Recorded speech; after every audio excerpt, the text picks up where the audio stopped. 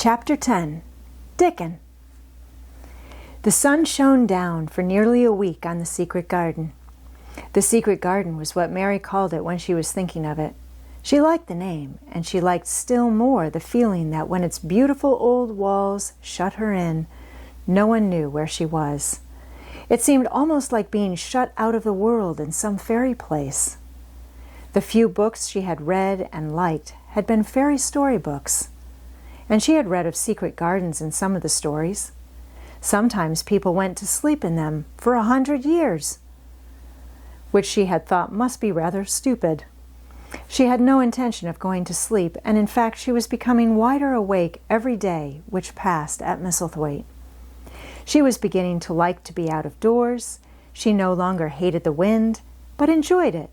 She could run faster and longer, and she could skip up to 100. The bulbs in the secret garden must have been much astonished. Such nice clear spaces were made round them that they had all the breathing space they wanted. And really, if Mistress Mary had known it, they began to cheer up under the dark earth and work tremendously. The sun could get at them and warm them, and when the rain came down, it could reach them at once, so they began to feel very much alive. Mary was an odd, determined little person, and now she had something interesting to be determined about. She was very much absorbed indeed. She worked and dug and pulled up weeds steadily, only becoming more pleased with her work every hour instead of tiring of it. It seemed to her like a fascinating sort of play. She found many more of the sprouting pale green points than she had ever hoped to find. They seemed to be starting up everywhere, and each day she was sure she found tiny new ones, some so tiny that they barely peeped above the earth.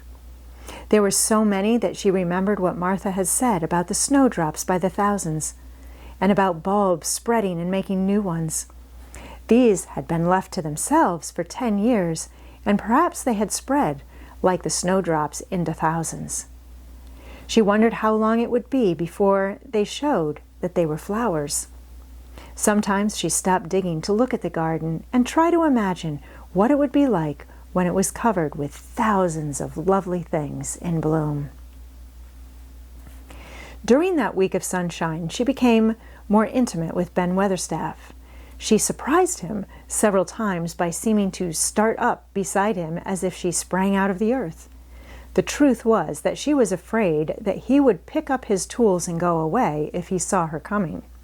So she always walked towards him as silently as possible. But in fact, he did not object to her as strongly as he had at first. Perhaps he was secretly rather flattered by her evident desire for his elderly company. Then also she was more civil than she had been. He did not know that when she first saw him, she spoke to him as she would have spoken to a native, and had not known that a cross, sturdy old Yorkshireman was not accustomed to salaam to his masters and be merely commanded by them to do things.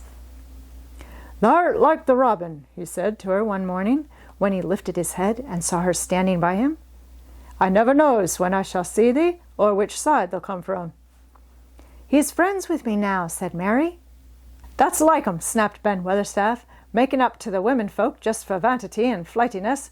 There's nothing he wouldn't do for the sake of showing off and flirting his tail feathers. He's as full of pride as an egg's full of meat." He very seldom talked much, and sometimes did not even answer Mary's questions except by a grunt. But this morning he said more than usual. He stood up and rested one hobnailed boot on the top of his spade while he looked her over. "How long has it been here?" he jerked out. "I think it's about a month," she said. "That's beginning to do Misselthwaite credit. Tha's a bit fatter than tha was, and tha's not quite so yellow. That looked like a young plucked crow when the first came into this garden. Thinks I to myself, I never set eyes on an uglier, sour-faced young'un." Mary was not vain, and as she had never thought much of her looks, she was not greatly disturbed. "I know I'm fatter," she said. "My stockings are getting tighter.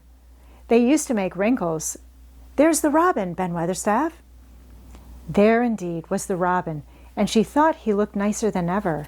His red waistcoat was as glossy as satin, and he flirted his wings and tail and tilted his head and hopped about with all sorts of lively graces. He seemed determined to make Ben Weatherstaff admire him, but Ben was sarcastic. "Aye, there thou art," he said. "Thou can put up with me for a bit sometimes when there's got no one better. Thou's been reddening up thy waistcoat and polishing thy feathers this 2 weeks. I know what's thou up to. Thou's courting some bold young madam somewhere, telling the lies to her about being the finest cock-robin on Misselthwaite Moor and ready to fight all the rest of 'em." "Oh, look at him!" exclaimed Mary. The robin was evidently in a fascinating, bold mood. He hopped closer and closer and looked at Ben Weatherstaff more and more engagingly. He flew on to the nearest currant bush and tilted his head and sang a little song right at him. "Thou thinks thou'll get over me by doing that," said Ben, wrinkling his face up in such a way that Mary felt sure he was trying not to look pleased. "Thou thinks no one can stand out against thee. That's what thou thinks." The robin spread his wings. Mary could scarcely believe her eyes. He flew right up to the handle of Ben Weatherstaff's spade and alighted on the top of it. Then the old man's face wrinkled itself slowly into a new expression. He stood still as if he were afraid to breathe, as if he would not have stirred for the world lest his robin should start away. He spoke quite in a whisper. "Well, I'm danged," he said as softly as if he were saying something quite different. "Thou does know how to get to the trap, thou does. That's fair unearthly, there's so knowing." And he stood, without stirring, almost without drawing his breath, until the robin gave another flirt to his wings and flew away. Then he stood looking at the handle of the spade as if there might be magic in it, and then he began to dig again and said nothing for several minutes. But because he kept breaking into a slow grin now and then, Mary was not afraid to talk to him. "Have you a garden of your own?" she asked. "No. I'm a bachelder and lodge with Martin at the gate." "If you had one," said Mary, "what would you plant?" "Cabbages, taters, and onions." "But if you wanted to make a flower garden," persisted Mary, "what would you plant?" "Bulbs and sweet-smelling things, but mostly roses." Mary's face lighted up. "Do you like roses?" she asked. Ben Weatherstaff rooted up a weed and threw it aside before he answered. "Well, yes, I do.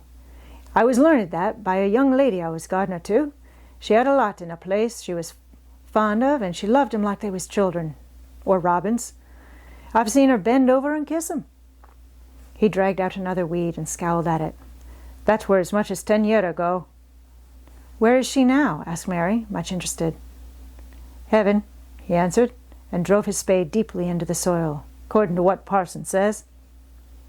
"What happened to the roses?" Mary asked again, more interested than ever. "They was left to themselves." Mary was becoming quite excited. "Did they quite die? Do roses quite die when they are left to themselves?" she ventured.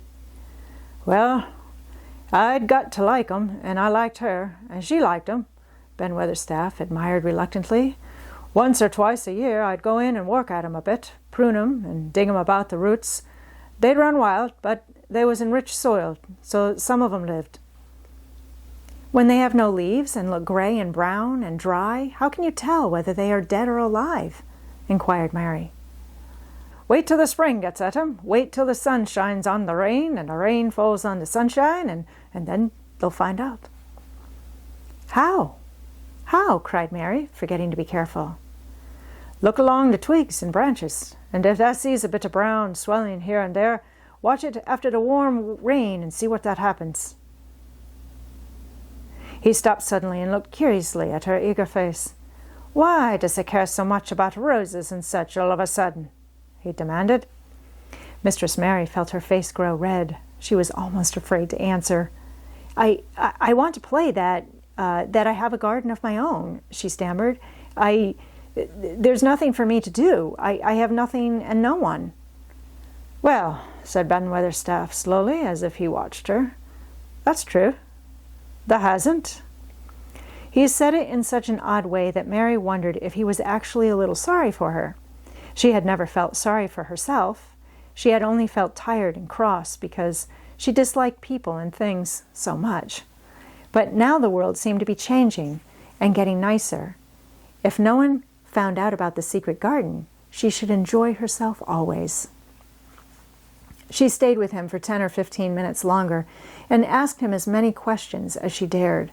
He answered every one of them in his queer, grunting way, and he did not seem really cross and did not pick up his spade and leave her.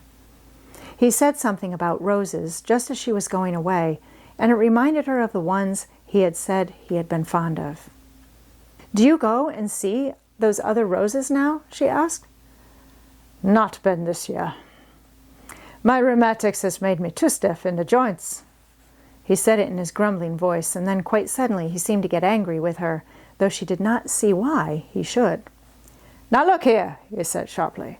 "Don't thou ask so many questions. Thou'rt the worst wench for asking questions I've ever come across. Get thee gone and play thee. I've done talking for today." And he said it so crossly that she knew there was not the least use in staying another minute. She went skipping slowly down the outside walk, thinking him over and saying to herself that, queer as it was, here was another person whom she liked, in spite of his crossness. She liked old Ben Weatherstaff. Yes, she did like him. She always wanted to try to make him talk to her. Also, she began to believe that he knew everything in the world about flowers.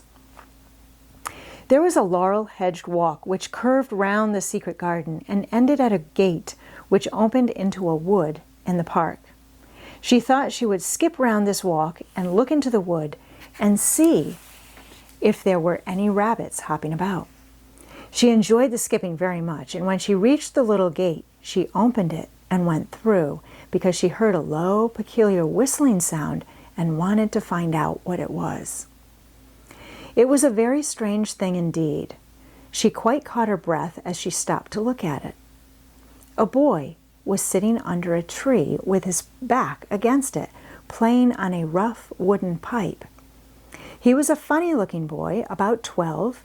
He looked very clean, and his nose turned up, and his cheeks were as red as poppies, and never had Mistress Mary seen such round and such blue eyes in any boy's face. And on the trunk of the tree he leaned against, a brown squirrel was clinging and watching him, and from behind a bush nearby a cock pheasant was delicately stretching his neck to peep out, and quite near him were 2 rabbits sitting up and sniffing with tremulous noses, and actually it appeared as if they were all drawing near to watch him and listen to the strange, low little call his pipe seemed to make.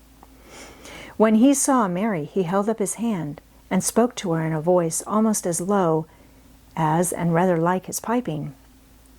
"Don't the move," he said. "It flight 'em."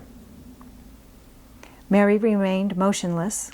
He stopped playing his pipe and began to rise from the ground.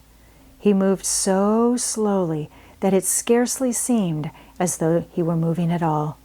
But at last he stood on his feet, and then the squirrel scampered back up into the branches of his tree.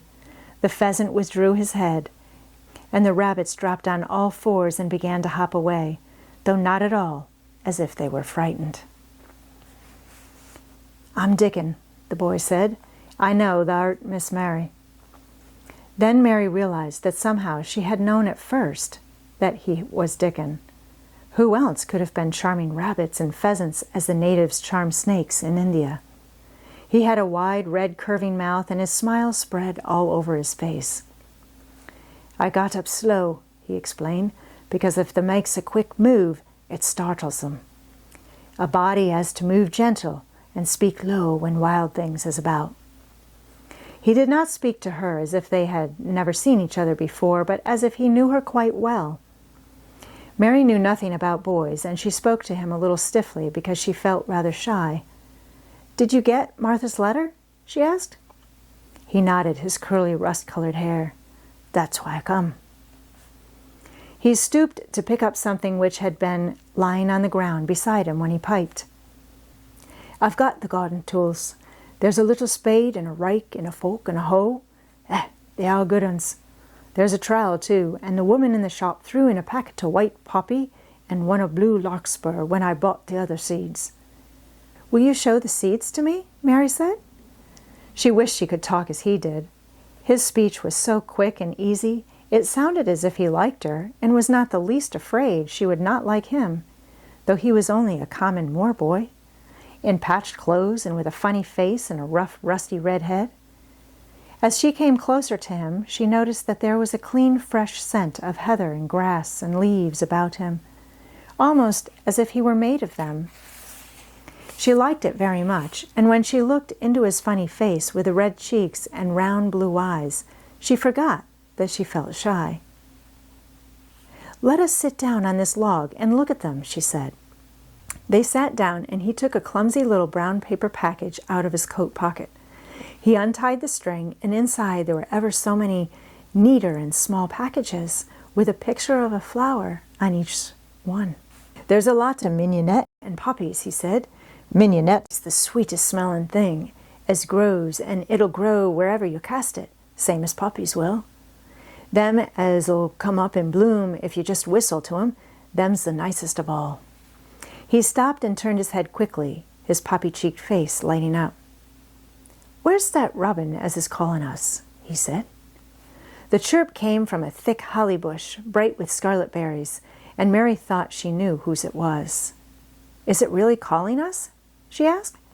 "Aye," said Dickon, as if it was the most natural thing in the world. "He's calling someone he's friends with. That's same as saying, 'Here I am, look at me. I want a bit of a chat.' There he is in the bush. Whose is he?"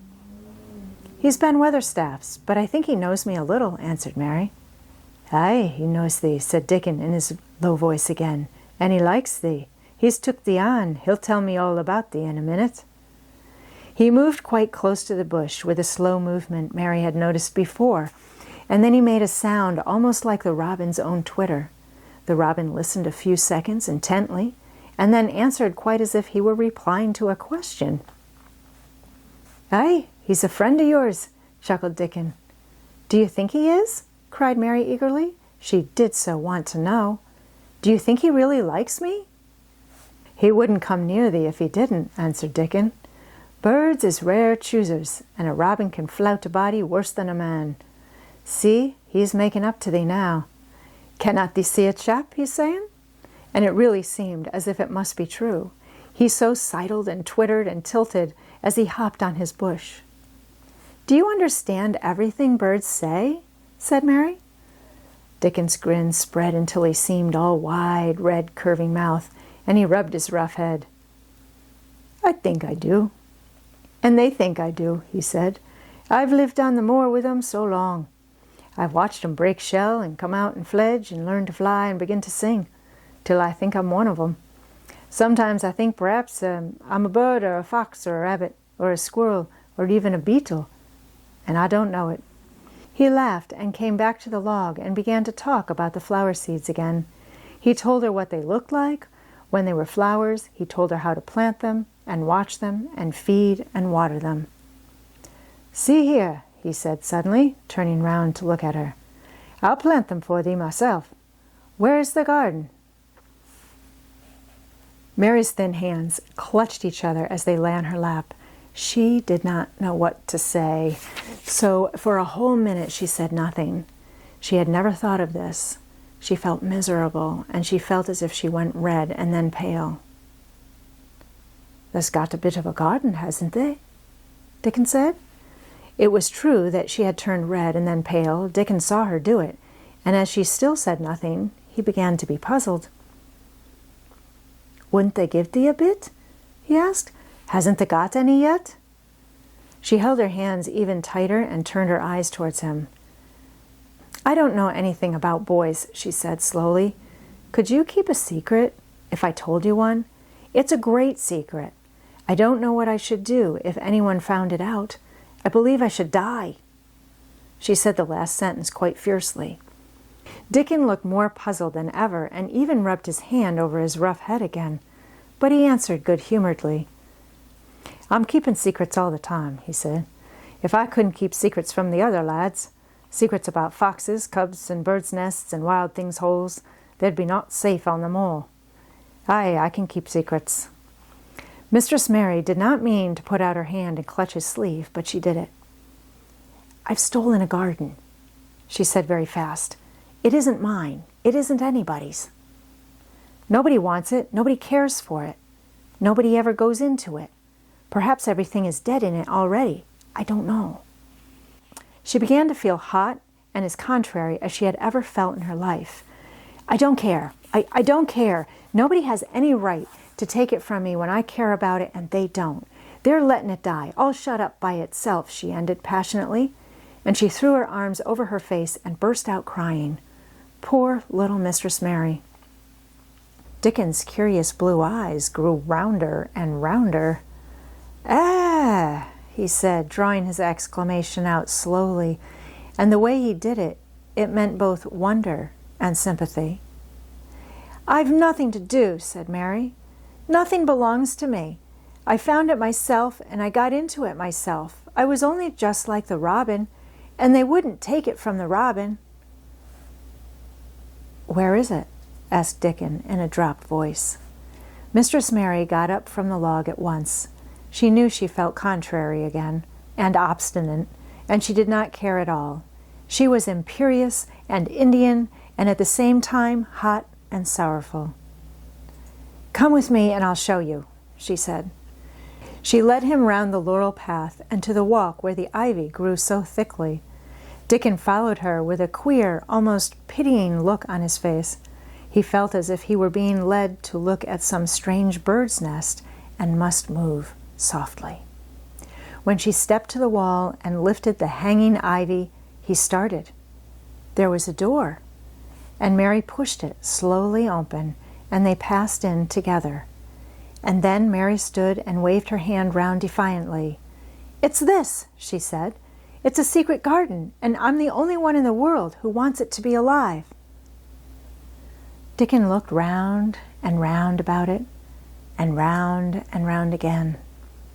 "Ah," he almost whispered, "it is a queer, pretty place. It's like as if a body was in a dream."